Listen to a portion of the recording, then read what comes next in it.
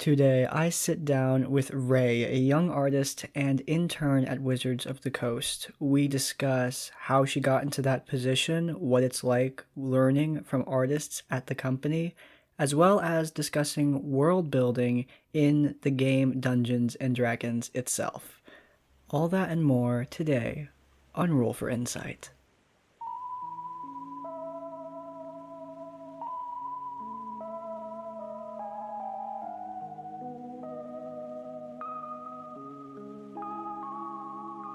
This is totally not like a take two, right? I totally No. remembered to hit the record button before. Absolutely. Yeah. The magic of video editing. You go by Ray on the internet. Yes, I do. So, how are you doing? We've already asked this, but how are you doing in the past I'm 4 doing minutes? good. Still doing great. Awesome. Good to know.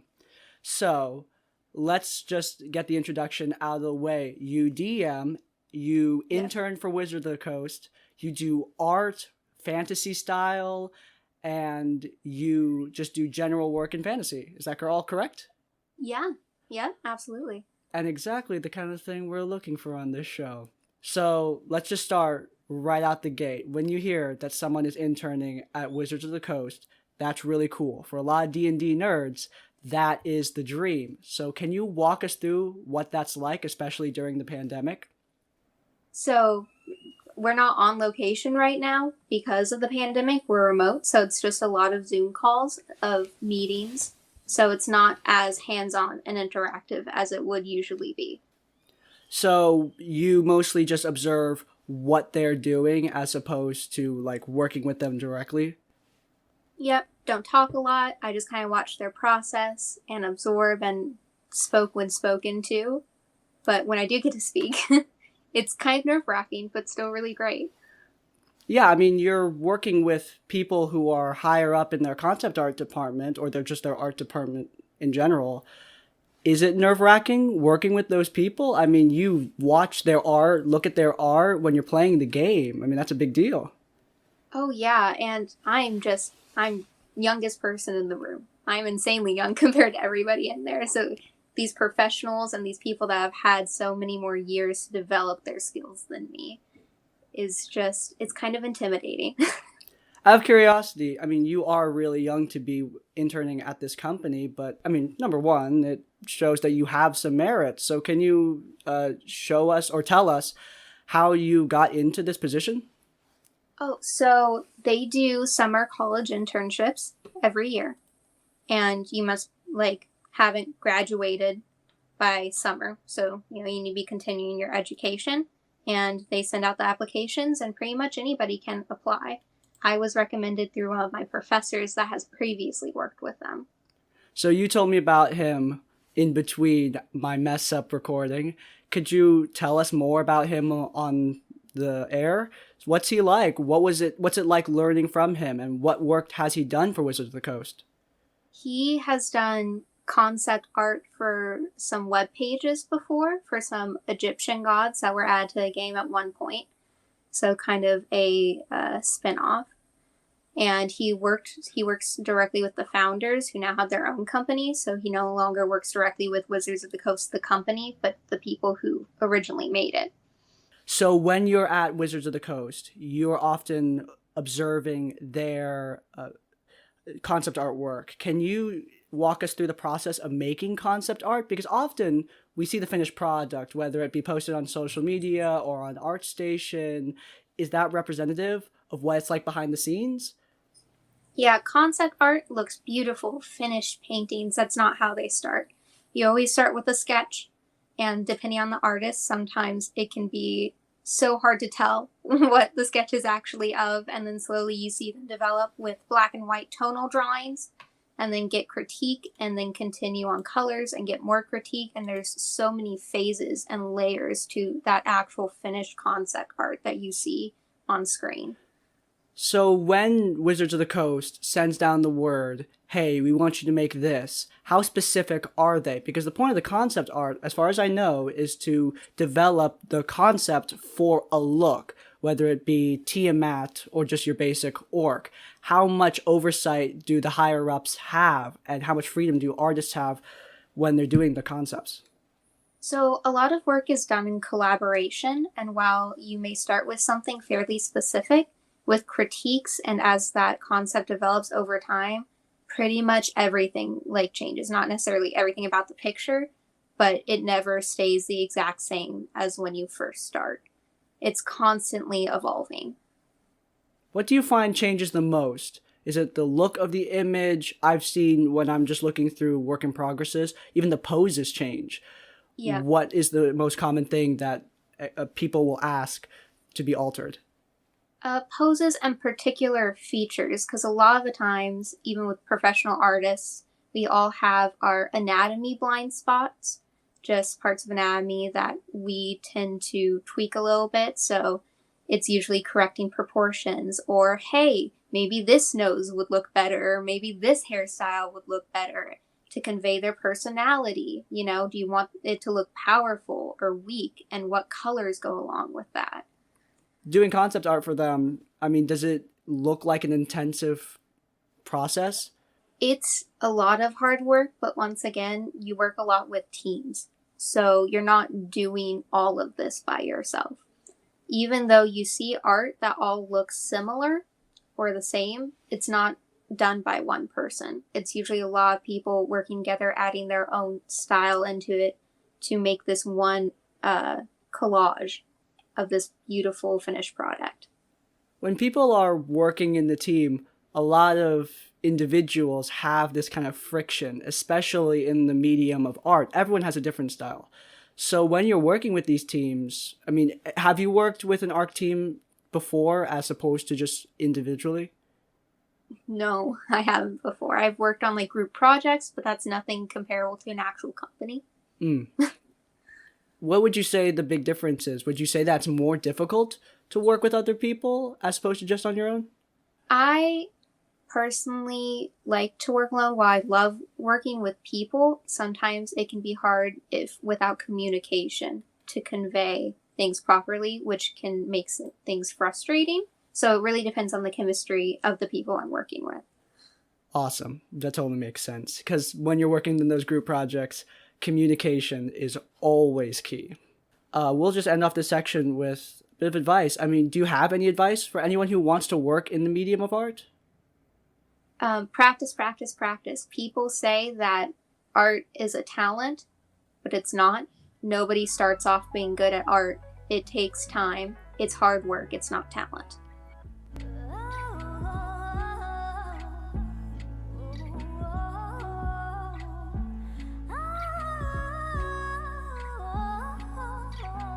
All right, so D&D. We both DM campaigns. Do you DM in-person campaign or do you DM online? I DM in person. A couple How of my big's your players join in online, but it's mostly in person. How big is your group? 6 players as of right now. Dang. I work with 5, and that's already a massive pain in the butt. Yeah. So what's it like balancing around 6 people? A lot of DMs run with like 3 or 4. It's longer sessions. You need to be prepared for longer sessions to let everybody do their thing and actually get through combat and all of that, because it's a lot of turns to get through, and role playing, a lot of people have to talk. So could you give us the pitch of your campaign? I had the guy last time. He also DMs a sci-fi. So I'm curious, could you give us the pitch? What's the basic premise? Okay, so it's a homebrew campaign. The world is Eris, and none Get of my out of here. players. It's called Yeah. Eris. What's the spelling? Yeah. ERRIS. You're 2 letters off from the exact name of my homebrew setting. Mine is also What? Eris. I'm not No kidding. way. That's Aeris. crazy. No, that is awesome. Great minds think alike. Oh yeah, that's certainly true. Okay, carry on with the pitch. But I have a big part of the campaign. It has a lot to do with the pantheon, and I have a lot of my own homebrew gods and goddesses. And so the main conflict right now is with the goddess of disease and famine, who is currently going rampage and just not killing off. She doesn't have the power to kill, but just making people sickly, crops aren't growing, and the god of death is currently nowhere to be found. and so nobody's dying. And so currently my players need to try and find the god of death. So when you're escalating the conflict, I mean, players are right now dealing with gods. What's their level right now? Oh, level 14. Dang, they were getting up there. Mine are also level 14, coincidentally, Yeah. once again. But when you're talking about escalating conflict in campaigns, I mean, a lot of DMs, including myself, have problems with escalation. What's your advice for making the threats feel natural while also threatening to the players? Like, how do you go from bandits to Tiamat? So that's such a hard question. So the whole idea is that the BBG is going to do whatever they're going to do, no matter what your players are doing. So eventually, no matter what adventure they went on or how sidetracked they wanted to get, it's impossible for them to not notice what's happening around them. And if they wait long enough, especially with this situation of people getting sickly, food not growing, it affects them too. So you start to not, it's getting harder to survive. So you kind of need to, oh, my words. Like chase them up a tree? Yeah, chase them up a tree. Because they need to deal with this problem. They can't just let it go. Even though they're just lowly adventurers, this problem isn't going to solve itself. Yes, and there's a lot more to it than that, but I cannot give more without spoilers, and I'm not sure if one of my players would listen to this or not. Exactly. I'm always so terrified of that. So when you're talking about creating a pantheon, where did you start? A lot of DMs, when they're world building, don't know where to start. So where did you start with yours? I also don't have a starting point. I usually just go through ideas and get lost in daydreaming until something hits me and I'm like, yes, that's it. That's what I like. Yeah, that totally makes sense because my homebrew world, all of Eris just started with 2 political NPCs, like a queen and like a political Machiavellian manipulator. And then it just grew around them. What was that idea that just hooked you in and made you start? It was the idea of a lot of campaigns I listen to and see political intrigue, a lot of monsters and everything like that. And I was like, I want to go something bigger. I want my characters to actually interact and form bonds with the gods that they serve. And that concept is kind of what I used as a springboard for it all. Of all the NPCs or gods that you've created, do you have a favorite? I know you're not supposed to have a favorite, but we have a favorite. I have 2 favorites, and one favorite I can't talk about. But for out of the gods, the god of death is my favorite out of the pantheon I've created. He has like feathers that start at his head as the feathers slowly turn to hair, and he has like these giant raven wings and a scythe, and I think his design's just really neat. That's awesome. Do you make art for these characters? Because you're an artist, Yes, and you're much more I talented have. than I am. Oh, well, thank you. I'm flattered. I've been doing it for a long time. Fair. But I do have art of most of them. Not a lot of NPCs as much of the gods, although I'm working on my favorite NPC is actually a tabaxi merchant based off of my cat. And I'm working on art for her, and I'm definitely fond of all my players' interactions with her. So when you're taking inspiration to create NPCs, I mean, you just mentioned you took inspiration from just your household cat. Yeah. Do you take inspiration from any other sources when you're creating these deities or NPCs or worlds? Sometimes with the NPCs, I'm like, oh, I know I'm never going to get the chance to play all these characters, so I'll make them into an NPC and play them anyways. So you use your unused player characters. Are you a forever DM? Oh, it's looking like that. Except Yeah. for some one-shots. One of my players, Olivia, she does one-shots, and she might do a campaign in the future, so fingers crossed. When you're working through player choice, I mean, right now they're going through a very heavy conflict, and it's imperative that they make choices, decisive choices, so that things don't turn south and everyone starves to death because of a plague goddess, right? So when you're dealing with player choice, how do you balance having the story move forward while also retaining players' ability to choose throughout their campaign? Oh, I don't have that down to the science yet. Sometimes I try something and it works, and sometimes it doesn't session per session. It's hard to balance things. Even though it might suck, do you have a session like a ground zero, things did not work out session that just went wrong? And what did you learn from it? Oh, uh, that I really need to get better at balancing encounters. Because it's always something I struggled with, and I almost TPK'd the party one time, and I was like, I'm the DM. I can control this, so I'm just gonna say, never mind. Not Oh, completely, but adjusted a bit. what was the monster that you threw at them? It was a homebrew monster, plus a couple elementals. And Was so it for the level that they were at, and with the amount of HP and everything, I was like, yeah, they can take this, right? And then I was like, no, apparently they can't, it's a because lot of math. yeah, it's a lot of math, and also they used up a lot of their spells with other things earlier, which really didn't help. So as I saw them do that, knowing this was probably approaching, I was like, no, no, wait, Oh stop. crap.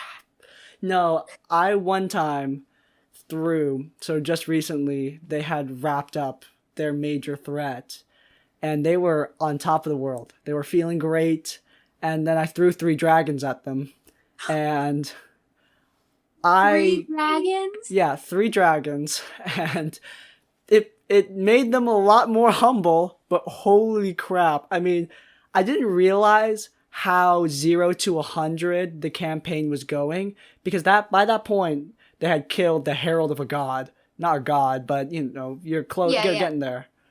And unfortunately, when you go from that to anything else, it's really hard to make that anything else threatening. So three dragons it Yeah. was. Oh wow, were they adolescent, elder? Like how bad? Oh boy, our druid was one death save from Oh, gone, gone, oh gone, no. and it was a lot. It was a lot. And then you attended one of my games where I Yeah. dropped one of those dragons, and it was just one, and it still was way too much. Yeah, no, I like was listening to you narrate the combat. I was like, oh, I would not want to be a player right now. Do you think those encounters are important to like humble players or to give them perspective on what's going on in the world? Is it important for players to lose? Yes, because while by the end of the campaign, your players are basically like demigods, they need to remember that they're also just normal people in this world, in the world that we've been creating. It's really hard sometimes, especially when players get really powerful, to retain that kind of respect for normal authority figures in the world. Do you work with king, noble kind of people? I know that they're working directly with gods, but how do you balance that as opposed to normal authority figures like guards in a city? Oh, I don't work with I don't have a lot of political intrigue in my particular campaign. While in one continent, Corin, they work with the leaders, but it's more of like not a monarchy. So I guess that's the closest. But I'm pretty lucky to where none of my players really chose the dark brooding I hate authority type character. So that's definitely made things easier. That's great. But when you're thinking about, we just mentioned the dark brooding, terrible, I hate authority type Yeah. character. Not necessarily terrible. It can work. Yeah, I yeah. mean, there's a lot of characters in the critical role that are that dark brooding, I hate authority, but they make it work. Personally, though, do you have least favorite character archetypes? Do you have any nitpicks? Um my least favorite, I don't think this is particularly an archetype, but it's the character that's like, oh, I'm joining you begrudgingly, but I'm also going to betray you at the drop of a hat. Yeah. Why make a That's character that's going It's to the go against the hardest party? to work with. It's the hardest to work with. Do you have any DM nitpicks, like pet peeves? Things that your players do, not necessarily things that are like terrible, but things that just irk you personally? Oh, I'll feel so mean. Uh, It's a safe when space. when you get to, when you get to a certain level, if a player isn't familiar with their spells yet that they've been Yes. using for sessions upon Yup. sessions, and I'm like, you should know what this spell does. Yep. Just Or recently. okay. So this one of my players, I love her to death. She's a druid. But we did this one, we were lower level 10. But she was just using poison spray the whole time and not like a single time used wild shape or like anything. And I was like, please, you're a druid. Come on. Did she just not know? Or did she just not want to? No, we told her and she just didn't use it. We were like, please. You're going to die. Wild shape is like, a druid can become a pretty ridiculous tank with smart use of wild shape. Exactly. So, back to D&D world building. Past gods, you mentioned that you made continents, kingdoms. Yeah. Which one did you make first? The gods or that? And which one do you think was easier? I created the continents first, but there's so much that goes into a continent. There's the countries, and there's the cities in those countries, and all the people in there. While gods are themselves, and while they encompass and oversee a lot of things, it's much easier because there's almost not as many details. Right. So when you're building out a world, is it easier to make the gods first, or is that just irrelevant? Do you think that you should just put pen to paper, get something down there?